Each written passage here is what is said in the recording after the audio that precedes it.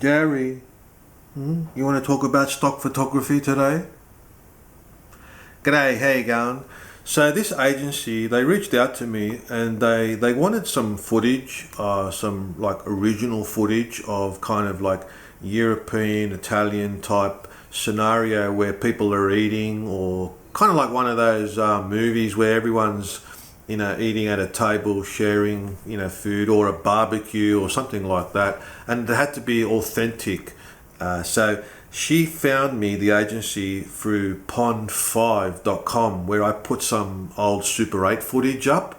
So she wanted like photos as well, like old footage or old photos, because if you see in the actual TV commercial, there are photos of people from the 60s, the 70s, even the 90s. You can see old footage like old Polaroids and stuff.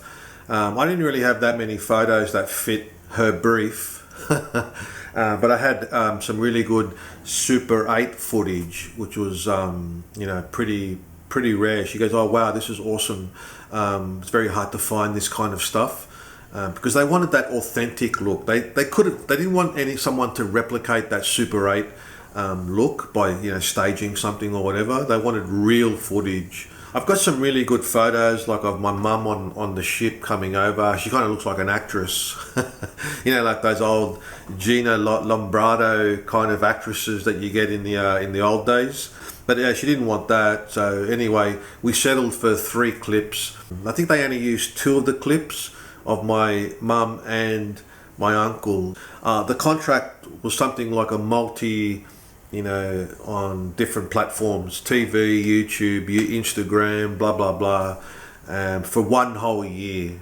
So, and then after a year, you can renegotiate. I don't know how any of all that mumbo jumbo contracts work, so I probably should study it. Hey, Jerry, I'm probably getting ripped off. But anyway, to me, it was special just to have my mum, immortalised in a TV commercial from Woolies, even though she didn't go to Woolies that much. We went to the deli. Like, I didn't tell anyone. People were going, "Oh my God, did I just see your mum on TV?" Now, I'm not really a stock photography person, like a lot of people who take up photography. They think to themselves, well, I've got 1,000, 10,000 photos or videos or whatever. I might just chuck them on one of these stock photography sites and hope for the best. I think I've made about $50 in 10 years. Because even though I've got mainly Super 8 footage there, in fact, I've only got Super 8 footage.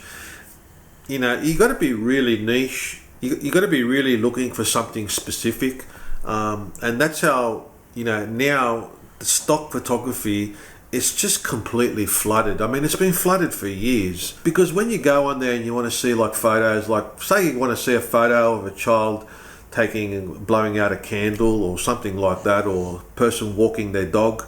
Hey Jerry, we should do some of those photos. People are selling them for like 10 cents a photo, or they bundle them for $5 for 1,000 photos. And it's just, like I said, it's so oversaturated.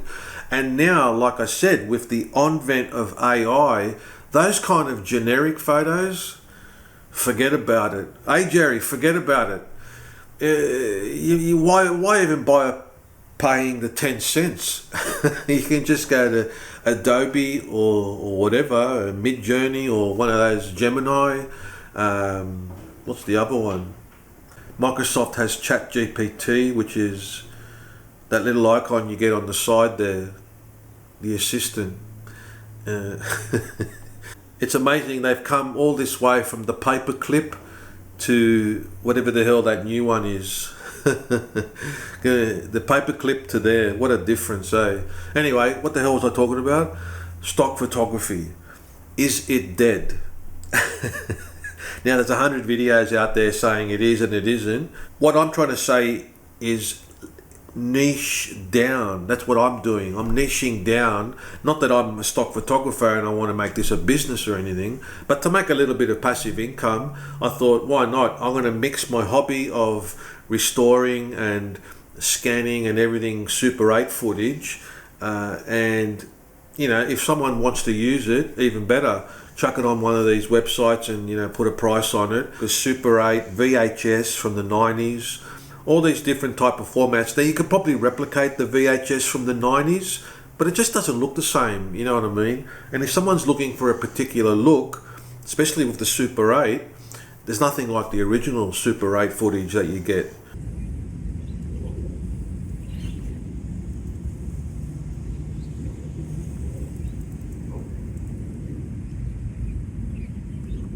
Jerry, why you always a good girl? Mwah. Oh, Jerry, bless you. Now, Jerry, you may think to yourself, Rob, what are you doing? It's oversaturated. Did you just said it? Like I said, I'm niching down. So Super 8 footage, and there's something that AI can't do. AI can't give you that exact, you know, scene. Like if it's video or photo, say like a political event, or like you know, one of those marches that you get in the city, like a protest or something, or even just like outside the front of a shop. They can't replicate that because it's local, it's specific, and there's no way AI is ever going to know it. Now, saying that, AI has become good at replicating some certain scenes. Like it could probably rip off photos of someone standing in front of the Harbour Bridge, someone standing in front of the Opera House or the pyramids.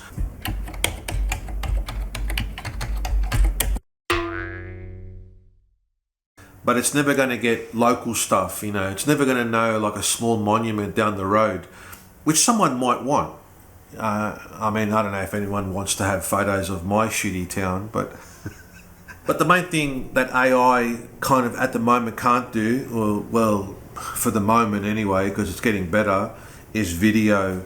And even before AI, video was king, especially in stock photography. It's the one that sells the most, and you can't just ask AI for some video. Well, not yet. Even more niche is Super 8 video, even better, and VHS and things like that. So what I'm doing is a little bit of a hobby.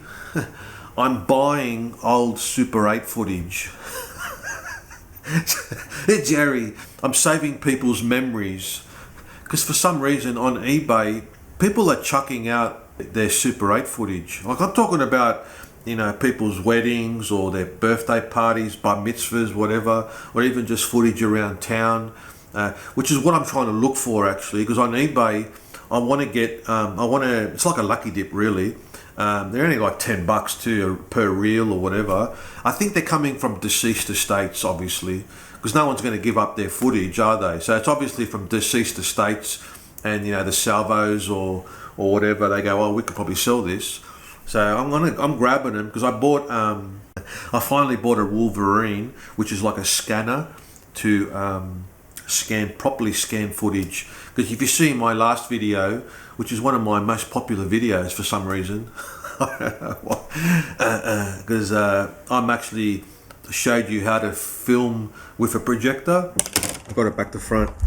That goes at the front, dumbass, and then this goes at the back and collects it. This is how my old man taught me. Didn't work.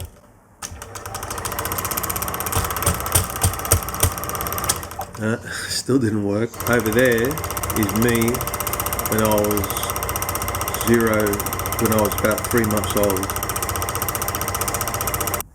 Jerry, you want to see me when I was a baby? Yes. Whereas this Wolverine is much better. Now there's a lot to it. You got to clean it. I bought this scanning machine which is actually good to go through and view the footage.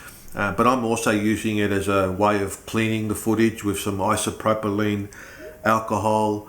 Hey Jerry, because what it does, Jerry, it takes one photo.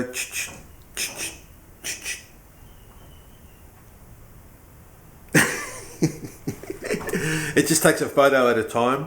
It's really slow, and I've got thousands of reels, man. I don't know what the hell. It's going to take me so long to get through. I immortalize people's memories, strangers, even that. Most of them will probably just be someone's bloody bar mitzvah or something, you know, which is like, because a lot of my dad's videos were in our garage. of me, dancing like Elvis. Hey, Jerry, Elvis. And no one really wants to see that because that's personal. But the best parts of my dad's video was when we were out in the street. And I'm like, oh my God, look at the church. Look how the church was back in the 70s, It's a bit of a, history, Jerry. A bit of history. Yeah. What am I talking about, Jerry? Oh, Jerry, you feel better? You had a shower. Jerry. Alright, what else to talk about, Jerry? Yeah, so that's what I'm doing. It's a bit boring. Just sitting there, trying to archive and document and, categorize and put metadata on footage. Because as the years go by, this kind of medium's going to be gone. Which just reminds me, the footage that I did buy on eBay, whoa, Jerry, vinegar. That's what happens to Super 8 film or any type of film. After 50, 60 years, it starts to deteriorate and you get that really strong vinegar smell. I had to put it under the stairs because it stunk out my cupboard. That smell, the fumes coming off it, can affect the other good film. I had to separate it and keep it cool because eventually it's going to deteriorate where you can't. It's going to be a pain in the ass too to scan it because it starts to get brittle. The sprockets start. Anyway, I'll do another video of the Wolverine scanner and everything and how I set it all up. Anyway, it was a real honour really to have my mum on a commercial and my uncle as well. Hey Jerry, Yes Jerry, Nonna is on the commercial for Woolies. She's the one holding the plate.